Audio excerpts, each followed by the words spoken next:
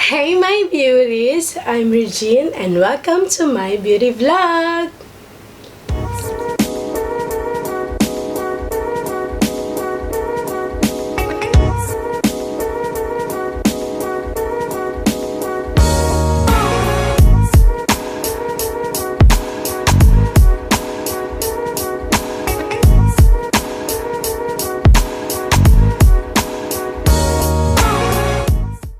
So today guys, magkakaroon tayo ng question and answer and makeup tutorial about my everyday makeup look. So guys, 'di ba, nung nakaraang mga linggo, nag-post tayo sa ating Instagram and Facebook account ng Ask Me Anything kasi mag-shoot ako ng question and answer.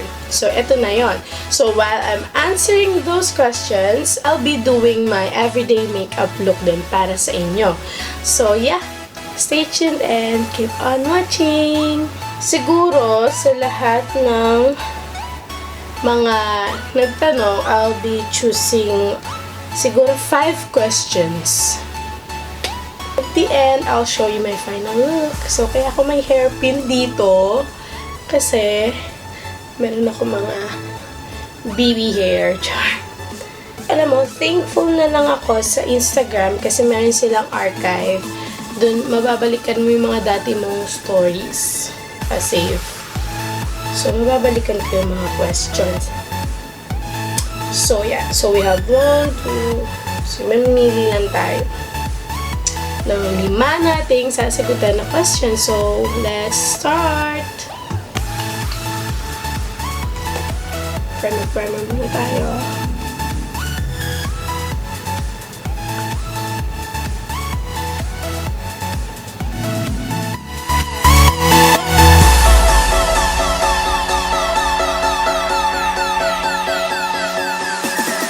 First question natin ay from one of our my beauty girl na si Miss Laika. Hi Miss Laika. So she asked me how to start a business ko. Actually I'm not really the expert kasi nagsa-start pa lang ako mag-business. So I think if you want to start a business, you should know first kung saan ka interesado. Kung ano yung sa tingin mong gusto mong ibenta. Know your budget. Kung gaano kalaki ba yung budget na ilalaan mo for that business. If you know your budget, you know what you want, you should start. I think you should know if kuwari, yung mga supplier mo or manufacturer mo. Halimbawa, sa tulad na sa akin, makeup. So, hindi ako marunong gumawa ng cosmetics. So, kailangan ko maghanap ng manufacturer na magiging partner ko within, parang throughout this business journey. So, yan, kapag nakapag-testing ka na ng mga products na gusto mo, you should come up with a unique name. You should also think for the future. Malay mo kung umunlad talaga yan, diba? At least, pag nag-register ka, it's unique. Wala pang nakakagawa o nakakaisip nun. I think you should read talaga a lot about how to start a business, what to do, advantage and disadvantage, and all. Para mag-guide ka. So, yun. I hope na satisfy kita. Thank you for asking me that. And I hope sa mga nanonood nito, nakatulong din ako sa mga like fresh graduate or still studying and parang gustong magkaroon ng business. Yun, sana nakatulong ako.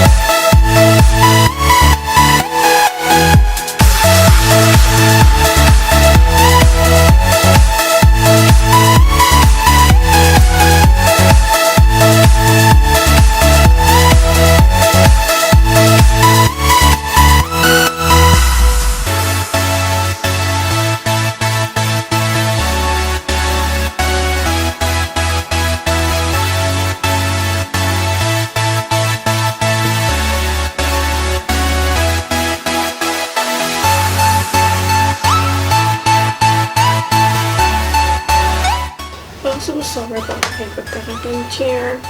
Medyo tumudo siya. Trust the process.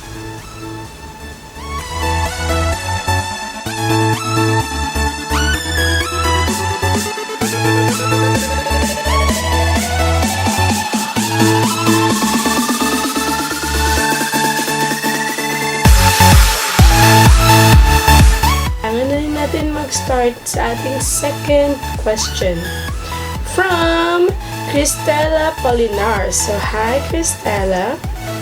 Her question is, how do you manage your time as businesswoman and vlogger? So, thank you for that question, Miss Cristela. Cristel.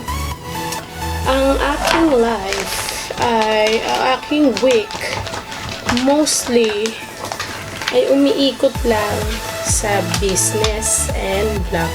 From Monday to Friday or Saturday, business. And then from Saturday to Sunday or Sunday, vlog. Editing. Kasi ako din yung nag-edit ng vlogs ko. And then, yun. Ganun ko lang siya minamanage. Actually, mahirap. Kasi mag-isa lang ako. Minsan nagpapatulong sa mga pinsan ko. Pero mostly ako lang. Like today, ako lang. Mahirap talaga siya. Pero, nasa sayo naman yan eh. Kasi kung gusto mo naman, diba, mapupush mo talaga siyang gawin. Kasi hindi naman ako pwede maging full-time vlogger. And at the same time, pag nag-full-time business naman ako, mawawala tong vlog ko. So yun, kailangan lang hati-hatiin yung oras.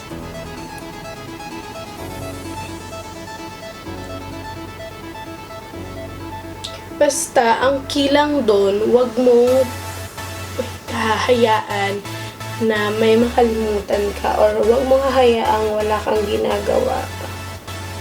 Hanggat may time ka, gawin mo yung mga pwede mong gawin para hindi na siya nakakadagdag sa stress mo. Thank you for that question. Sana, Miss Cristel, nasagot ko yung tanong mo, nasatisfy ka sa sagot ko sa tanong mo. Sana nasatisfy ko kayo sa aking sagot about sa how can I manage my time or myself for my time as a businesswoman and a vlogger. Tingnan natin ng mascara para to seal everything.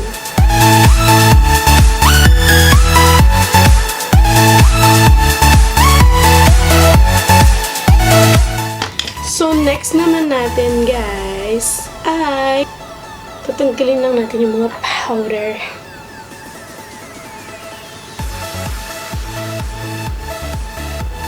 Next naman natin ay we'll just polish it. Kunti lang naman.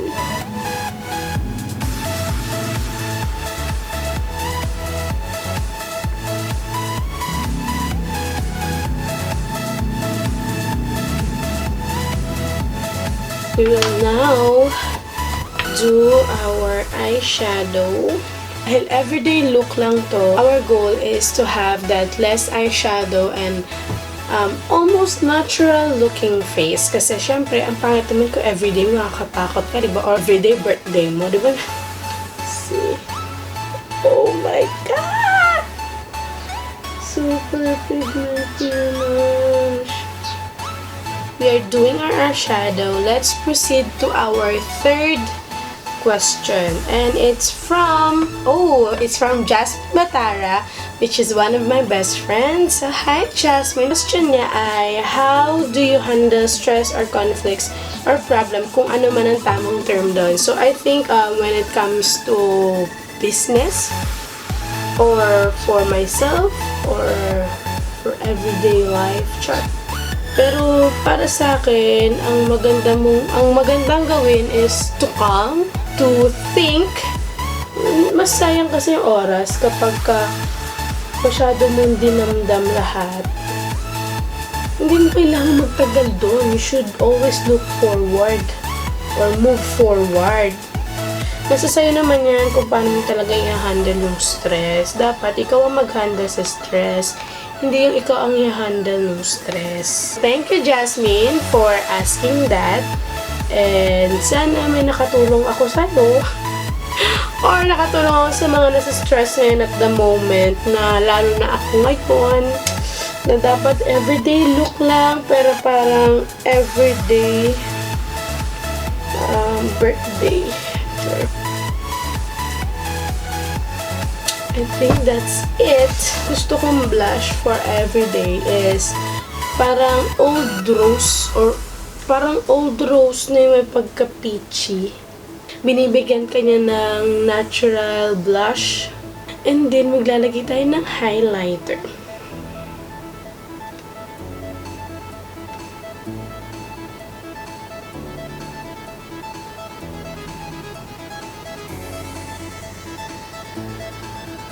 Konti lang, para sabihin, nagmamantika ka na. Kasi sabihin, ay, taray ng highlight mo. Tapos naging, girl, gaano ka oily? Proceed to our fourth question. It's from Macy Rin. Macy Rin o Mace Erin. Macy na lang siguro. How to have natural looking brows, yung pong hindi masyadong on flick. Gusto mo talaga ng natural looking, I suggest na just use an eyebrow mascara. Tinted man or hindi. Nakamatipid at easy, simple. Sana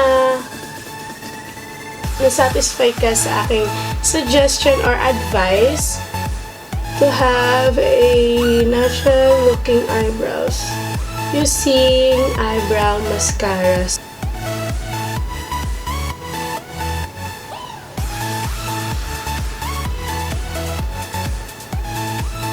Chinin! So, yan. Ito isa tayo sa ating eyelashes. Our fifth and last question from one of our My Beauty Girl, Miss Jelay sa Balboro. So, hi, Miss Jelay.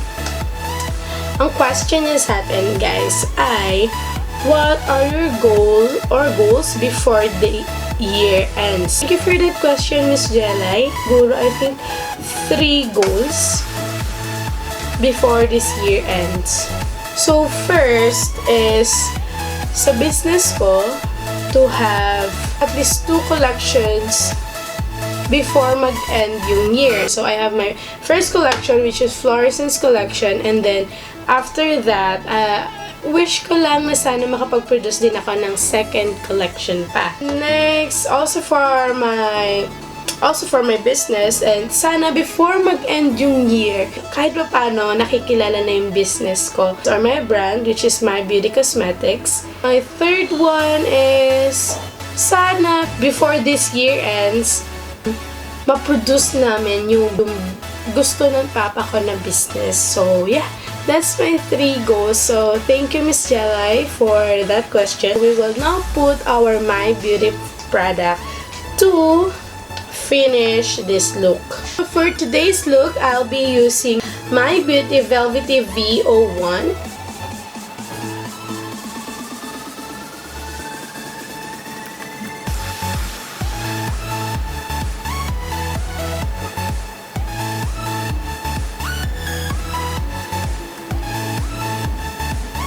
So, yan guys. Alam mo, itong velvet ink lipsticks ko, they are very lightweight, glossy, at the same time, organic and safe din siya sa ating mga lips. So, yan guys. Ito na ang aking everyday makeup look.